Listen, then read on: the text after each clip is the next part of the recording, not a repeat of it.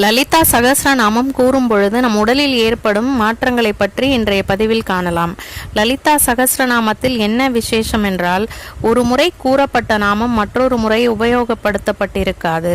லலிதா சகஸ்ரநாமத்தில் மட்டும்தான் தேவி ஸ்வரூபம் தோன்றிய வரலாறு, அவளை வழிபட யந்திரம், மந்திர பரிவார தேவதைகளின் நிலை, வழிபாட்டு முறை, அவள் அருளால் பெறக்கூடிய மேன்மைகள் ஆகியவைகளை வாக்தேவதைகளே கூறுவதால் வேதத்திற்கு சமமாக கூறப்படுகிறது.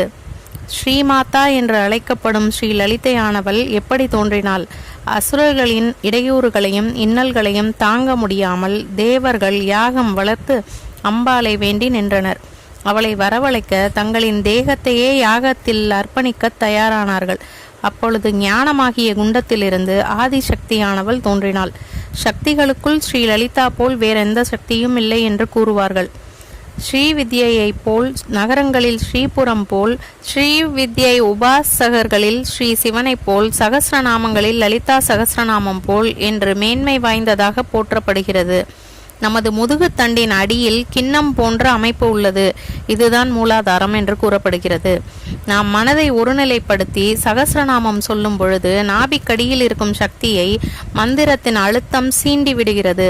அந்த சக்தியானது மேலே எழும்பி சுவாதிஷ்டானம், மணிப்பூரகம், அநாகதம், விசுத்தி, ஆக்ஞை, பிறகு சகசிராரம் என்கிற கடைசி நிலையை வந்தடைகிறது. சகசிராரம் என்னும் சிகரத்தில்தான் ஸ்ரீ சிவன் இருப்பதாக கூறப்படுகிறது. சகசிராரத்தில், அதாவது சிகரத்தில் கவிழ்ந்த நிலையில் உள்ள கிண்ணத்தில் அமிழ்தம் உள்ளது. கீழிருந்து எழும்பிய சக்தி சிகரத்தில் உள்ள சிவனோடு சேரும் பொழுது கவிழ்ந்த நிலையில் உள்ள கிண்ணத்திலிருந்து அமிழ்தம் கொட்டுவதாக அறியப்படுகிறது. அப்பொழுது அவள் சிவசக்தி ஸ்வரூபிணியாகவே நமக்கு காட்சி கொடுப்பாள் என்று கூறப்படுகிறது.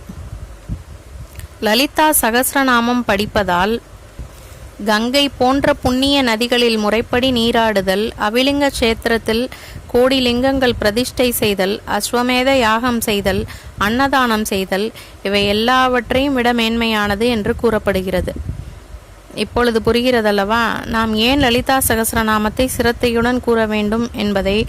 விழிப்பு நிலை, உறக்க நிலை இரண்டிலுமே நம்முடன் தேவி எப்பொழுதுமே இருக்கிறாள். வாக்தேவிகள் மொழிய ஸ்ரீ அயக்ரீவரால் தெளியப்படுத்தப்பட்ட ஸ்ரீ லலிதா சகஸ்ரநாமத்தினை நாம் அனுதினமும் நவிழுவோம். நிறைவான வாழ்வினை பெறுவோம்.